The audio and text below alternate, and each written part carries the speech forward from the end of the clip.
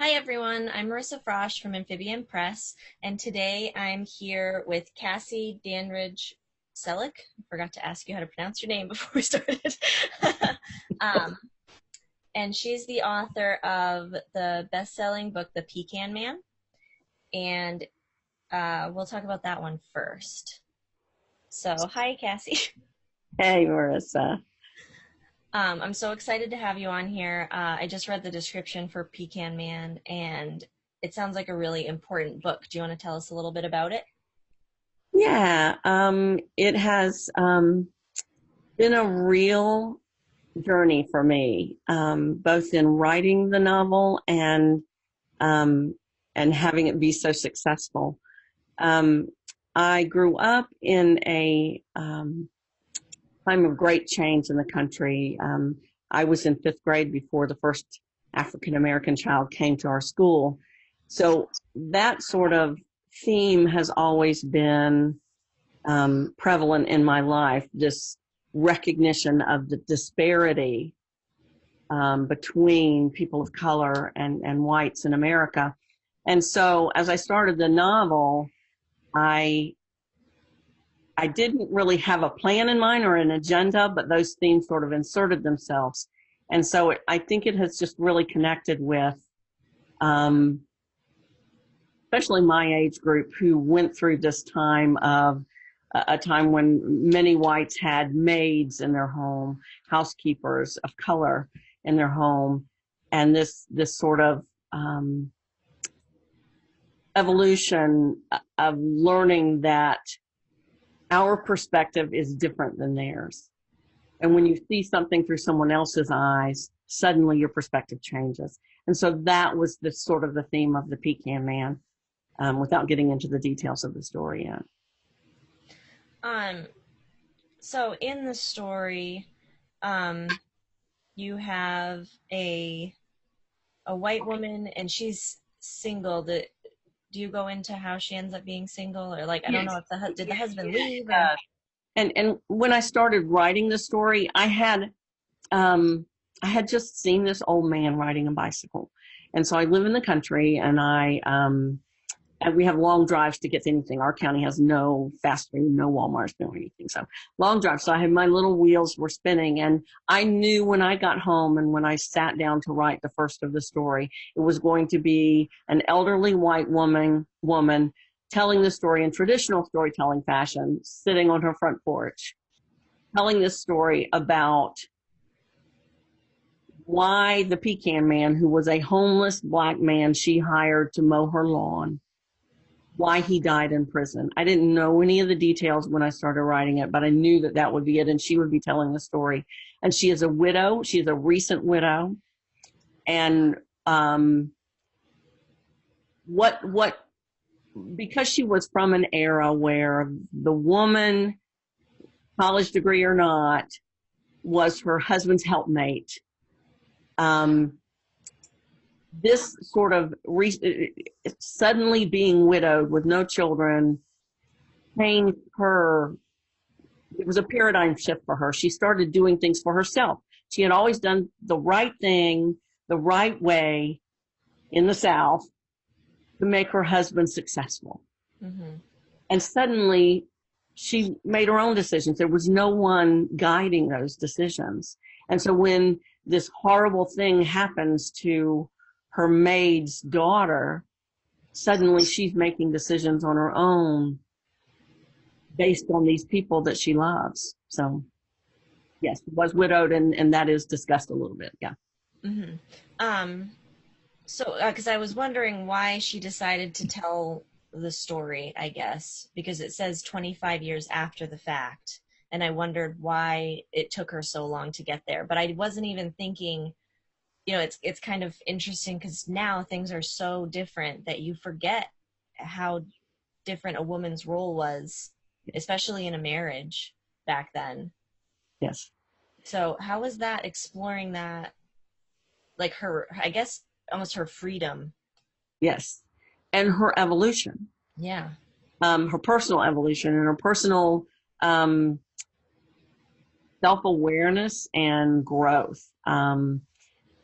Because she was sort of hemmed in by these social expectations. It wasn't that she had, and this was true of a lot of whites. And we see a whole lot of, in a lot of the stories, like the help and those kinds of things, we see a whole lot of white people just behaving badly, oppressive. Yeah. And it's a different kind of racism. There's a kind of racism by well-intended people who just don't know any better. Mm-hmm. And this was sort of where she was. But with her, what I wanted to show and what I wanted to see was when she knew better, she did better. And when things became apparent to her, and when she learned, she would try to make changes. She had no one else telling her she couldn't. So really, to get back to your question of why it took her so long, there's a part in there that I can't talk about too much because it's such a giveaway. I mean, it's a spoiler. But really, we know from the very beginning that Eddie dies in prison. So we know that right away. That's not a spoiler. You learn that right in the beginning. She's telling you, I'm telling you this story now. And it has taken her that long because she made promises to people that she made promises to people that she loved. And she's at a point now where she feels like she's been released from those promises. And she's going to not just set the record straight about Eddie, not just clear his name, but tell who he was. Because the neighborhood and the townspeople had given him this name, the Pecan Man, because he was just this old man who rode around with pecans, hanging from his bike. And so the Pecan Man sort of took away who he was and made him this sinister figure who had, committed this murder in town, which we know from the beginning that he was innocent. So we know that. It's the details going through are the things I sort of try to avoid a little bit of. But anyway, it's that she wanted to tell people who he was. And now she felt free to. So you said you got the idea when you were driving. How did you end up with, I guess, an outline, or did it just kind of flow? Is it one of those ones that just kind of took off? Well, I never outline. I do outline after I get started, but it's not an outline. I sort of timeline to keep things straight, to keep details straight. But in this case, I was not, I'd been a writer. My second grade teacher told me I was a writer. But the world told me coming up, you can't make a living as a writer. Mm-hmm. The world told me you have to do this and you have to do that, and you can't do this and you can't do that. And so I grew up and raised children and sort of went along with it. But I always wrote. But I was at a point in my life where I had quit a lucrative job with Merrill Lynch. I was about to get my own office as a manager, as an operations manager. And I just one day just said, I don't want to do this. This is not who I am. It's not who I want to be. I'm a writer. I want to be a writer. And so we moved to North Florida. And this was my thing. I was supposed to be writing, but I was still raising a daughter. So on my way back from the grocery store, I passed this old man. He was riding a bicycle. He just sort of pulled out of the woods, and I sort of followed him a minute until it was a little creepy to be following him anymore. But my little rider wheels are spinning. I go around another corner, and there's another man picking up pecans. And then I just thought about it on the way home. And so I write in my head more than ever makes it to paper. Mm-hmm. I think all writers do. But this time, when I got home, I knew three things. I knew three characters: Orly Beckworth, who was the narrator, Blanche, who was her housekeeper, and Eddie, who was the Pecan Man. And I went home and I wrote the first chapter or two. And that's all I really did write at first. And then I wrote a little bit more, and then I put it away. And over the next 10 years, I kept, the characters kept pulling me back. Mm-hmm. And then I got involved with the writers group. and started having sort of deadlines. I would write a chapter a week, and I would, and go to my writers group, which is an hour and a half away. And so those kinds of things kept me going on the story, but it was always, for the most part with this one, it was completely character driven. I write using what I call mind movies. And so I just see the action and transcribe what's happening. So there's very little narrative description other than what I want you to see. And I did that, and it was hard, and I don't recommend doing that. I've gotten to where I outline a little more now, but I really feel like I have to think about who the characters are, and I have to let them live and breathe, and I have to sometimes let them decide what's happening. And that's really how I function. So you published The Pecan Man in 2012, Yes. and there's a sequel, The Truth About Grace. Can you tell us a little bit about that? Yes. I never intended to write a sequel. But as I went along, it took a year or two for Pecan Man to really take off. But once it did, I started getting letters and book clubs and things picking it up, and a lot of discussion about what happened to Grace. And I started realizing how much it paralleled or was somewhat inspired by events in my life. I had a sister who was a drug addict. She suffered a childhood trauma that was never really addressed. And she was a drug addict her entire life. And so I published in 2012. In 2015, my sister died of a drug overdose. And the more we talked about it with book clubs, and the more I heard from people, listen, we need to know if Grace is going to be okay. Mm-hmm.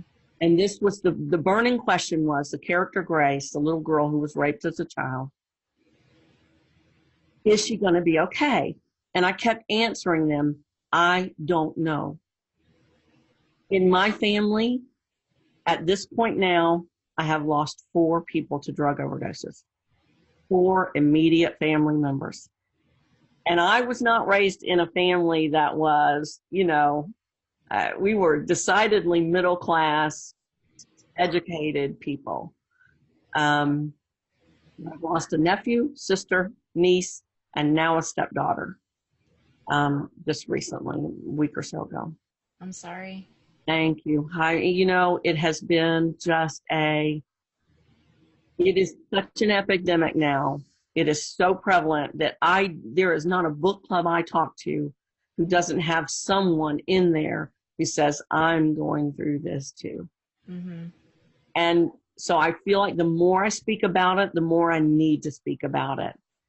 And so I just challenged myself, go there. But I kept saying, I don't know recovery. I only know addiction. Mm-hmm. So what I did was I started reading books about recovery. I had an idea for what I wanted to do, for what I wanted to do with the house. And then in reading some of those books, one of them pointed me to Al-Anon, which is the 12-step program for families of addicts or alcoholics.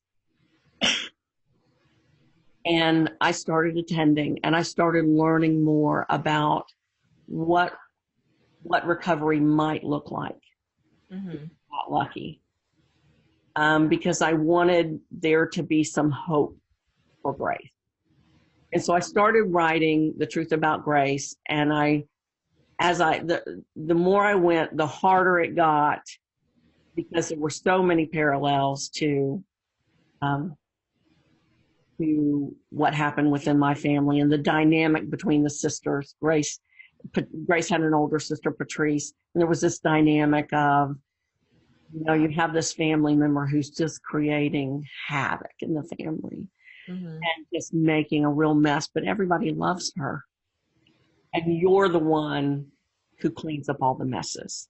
And so that was how The Truth About Grace came to be. Aura sits down to tell, at the end of the PK Man, to tell the girls, look, you've been lied to all your life. This is the truth about what happened. Now, let's work on fixing this. Let's work on healing. And so that's what I wrote. It is definitely really important to talk about addiction. I have a family member who was lucky enough to recover, and she had an incident recently where she was offered her drug of choice and she said no, and I was so proud of her. So Hard to do. yeah, it's one of those things that if you can get out of it, it's unfortunately not uncommon to fall back in. Right. So yeah, I was really proud of her, and it is really important to talk about. Yeah. I've gotten to a point in my life, I think it may be my age. I'm turning 60 this month. I'm starting a new decade. It's really important to just reject shame. Yeah. You just reject it because it doesn't do you any good. And I think my mom really took on this mantle of, I can't tell anybody about what's going on because I don't want anybody to know that my daughter has sunk this far. And what happened with that was when my sister died, my mom just started going downhill, and she died 4 months later with no terminal diagnosis. She just stopped living. Mm-hmm. And that's hard for me. That was another reason it was difficult to write the sequel, because my mom was the voice of Aura. She was the voice I heard in my head of this strong Southern woman that was sort of irreverent but always tried to do the right things, but was really irreverent in the way she interacted with people. And there were times when she was just such a genteel lady, and other times when she would just say something that you just die laughing, or just of embarrassment because it was just so inappropriate. So I got that voice from my mom. So that was hard. It was hard losing her. It was hard going through all of this. But what's good for me is that I was able to put that into writing that means something to people. Mm-hmm. And so I go through my world now interacting with people that I feel a connection to. And it's been an amazing journey. It really has. I never would have imagined. People think about, oh, what do you want to do when you grow up? What do you want to be? What do you, or, do you want to be a writer? Or even when you're thinking about being a writer, what is that like? What is a writer's life like? Mm-hmm. And I couldn't have imagined it would be like this. I couldn't. So you did write another book, which is a little bit lighter. What Matters in Mayhew. Yes. Do you want to tell us a little bit about that? Yeah. I may be tarred and feathered and run out of my county. I'm just saying. Okay, so when I wrote The Pecan Man, I set it in my hometown of Leesburg, Florida. I called it a different name, but I set it in Leesburg. So I used the settings, but they weren't real characters. So I did the same thing with this book, What Matters in Mayhew, except that I used the town in which I live now, which is Mayo, Florida, M-A-Y-O. And it's Mayo's in a county of 8,000 people. There's one stoplight in the whole county. That's how small. And so I used landmarks, but I also used a thing I was inspired by. There's in one of the in one of the cafes in the Mayo Cafe downtown, there's a round table where all the locals sit. And for me, because I have a real theater background, my whole family has a theater background, and I saw that as this like Greek chorus type character. And so I used that in the book. And I don't know any of the people that sit at the table, but in writing the book, I'm a real fan of Jan Karan and Philip Gulley and Fannie Flagg and Ann B. Ross, these small town quirky characters. Things get out of hand. It's almost a farce. Well, apparently I got things a little too close. Some of the characters. So I was in the Mayo Cafe the other day, and one of the little ladies at the table stopped me. She said, "I read your book, and I didn't like it one bit." Oh no. Sorry. so, so it really is meant to be. I mean, the main character, and especially the first in the series. I'm working on the second in the series. I had this idea of this character, Beanie Bradshaw, who is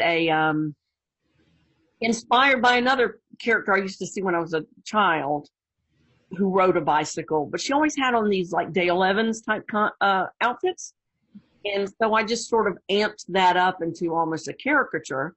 And Beanie Bradshaw is a girl who doesn't drive a car. She only rides a bike. She makes all of her own clothing, and it's all matching: the boots, the dress with the crinolines, and the hat. They all match. They're all the same color. And she has different outfits. And so she's a quirky character. But then there's a whole lot of other characters, which is hard for some readers. And I say, you live in it all day long. You encounter different characters, and you know different people. And so it's okay for there to be a lot of them. And that was what I was exploring. How can you have a story where everybody's threads sort of intertwine at some point, but you have this story over here, and Sweet Lee Atwater and her husband, and he wants to build her a house as a surprise for Christmas because he'd won the lottery and he wasn't supposed to be playing lottery. And so in order to keep himself out of trouble because he won, and now she's going to know, he's going to surprise her with a house and say, well, I won it with the lottery. So you can't be mad at me. And I mean, who would do that? So that's the kind of thing I tried to do with the book. So anyway, but apparently some people don't like it. And I said to her when I was walking out the door, I said, am I going to be tarred and feather and run out of town? And she said, no, honey, we don't have that well anymore. Oh my gosh. All righty then. You can't make this stuff up. I'm just saying. I don't write fiction. Oh my goodness. That's so you said you're working on the second one. Does that focus around a new set of characters, or like is somebody else similar? Same characters and just different ones prominently, but the second one I did go into some of the same things. So there's a little bit that's serious things like an interracial relationship. Beanie's dating a black man in the first thing, and how's the town going to take that? And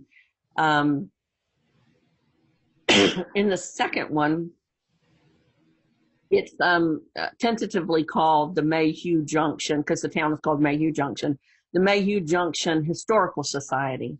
And I'm taking on a couple of things: spousal abuse and Confederate monuments, the current events. Mm-hmm. But within this concept of some of the characters they just don't know any better, and they're just so stuck in these really racist behaviors. And yet there are other people who are willing to confront them. So I'm exploring what it looks like when you have people who are emboldened, like today, like we're seeing in America today, where some people who had figured out it's best to just keep all this stuff private. What I say in the kitchen, I'm not actually going to say on the front porch. Well, suddenly they're saying it on loudspeakers, Mm-hmm. And so that's where we are today. And so I'm sort of exploring those things, and how can we see these people interacting with each other and still have a little comedy in it. So, yeah. How far along are you? About 2/3 of the way. I am very slow writer. What and I actually finished the first novel in my BFA program because the Pecan Man did so well. I was able to quit my full-time job because I had started working full-time again. Go back to school, and I got a BFA in creative writing from Goddard College in Vermont, and I finished the novel there. So it was like I work really well with structure. Mm-hmm. Like if I have a deadline, I'm going to meet it. But I've not been very good at giving myself deadlines. Mm-hmm. So now I'm just sort of trying to get this one out by September. That's my goal. If I can get this book out by September, I'll feel like I've done okay. Nice. So you mentioned you do a lot of book clubs. So how can a book club find you, and what kind of things do you do?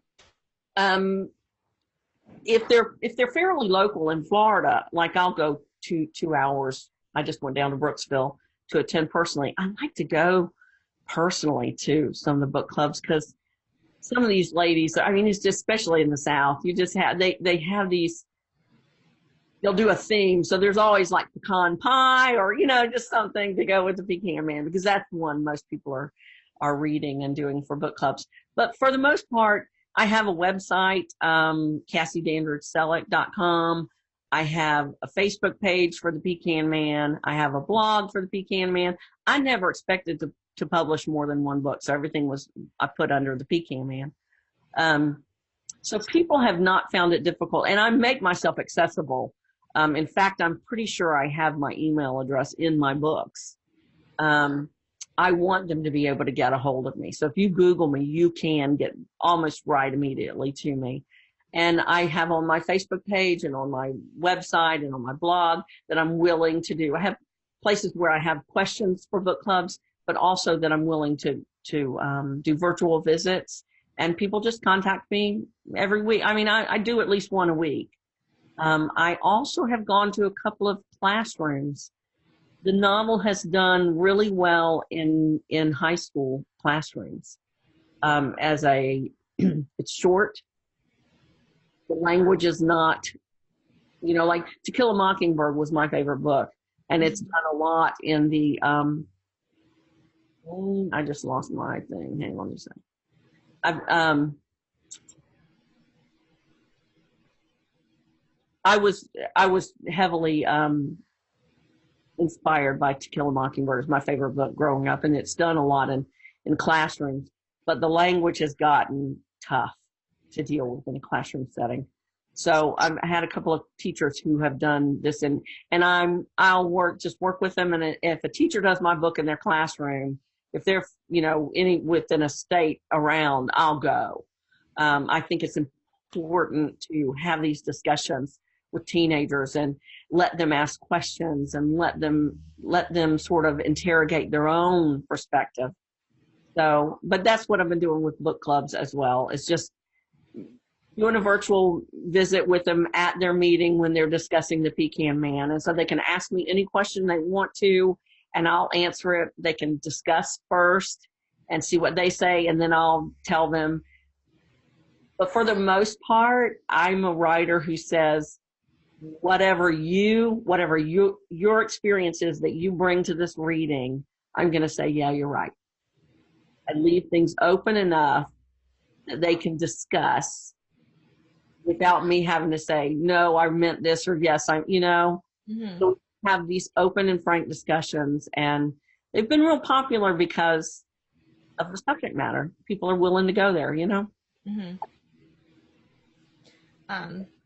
That's really cool. I like when authors do that. Like we have a book club through the press. It's just the three of us, and we do it on YouTube. But every now and again, because I always tag the authors when we post the videos, and every now and again, one of them will actually like reach out to us and talk to us, which is always exciting. And it's, for me, they keep, the book clubs are so appreciative. And I say, I'm grateful. You're reading my book. I have the opportunity, if you have any idea how amazing it is to sit and listen to people discussing characters you created, I'm the one who's grateful. And I'm perfectly willing to do it. I don't charge for it. I'm willing to rearrange my schedule as much as I can just to be there and talk to them. As I say the same thing every time. I'm just a girl who wrote a book. I'm just like you, I'm just like you. And so it's like taking that sort of fandom thing out, which I don't like the word fan. I have readers. I don't have fans. I have people who read my book and share the story with me. So, Um, so I just want to talk about for a minute. So your first two books tackle some pretty serious topics. Do you think you're going to return to any serious topics in the future? I think there will likely be these themes throughout all of my novels. I am a very political person, and of course, I try to keep it off my off the Social media. yeah, well, yeah, and it's on my social media, but I don't friend people who aren't part of my. So yeah, social media regarding my novels and things. But I'm very much an activist. I think there's some things that like we need to be doing better with healthcare. We need to be doing better with people who have these addictions need a way out. Mm-hmm. They need help. There need to be programs for them. And the thing with race in America, we're not there yet. We need to do better. And so these things, are important to me. So they're part of who I am. I really am very vocal about these things. So I don't have an agenda when I sit down to write. I just have my characters encounter real situations and respond to them. So. Well, I'm glad because that's kind of my goal too, is to just have them encounter real situations. Of course, mine are paranormal, so they also encounter not real situations. It's all paranormal.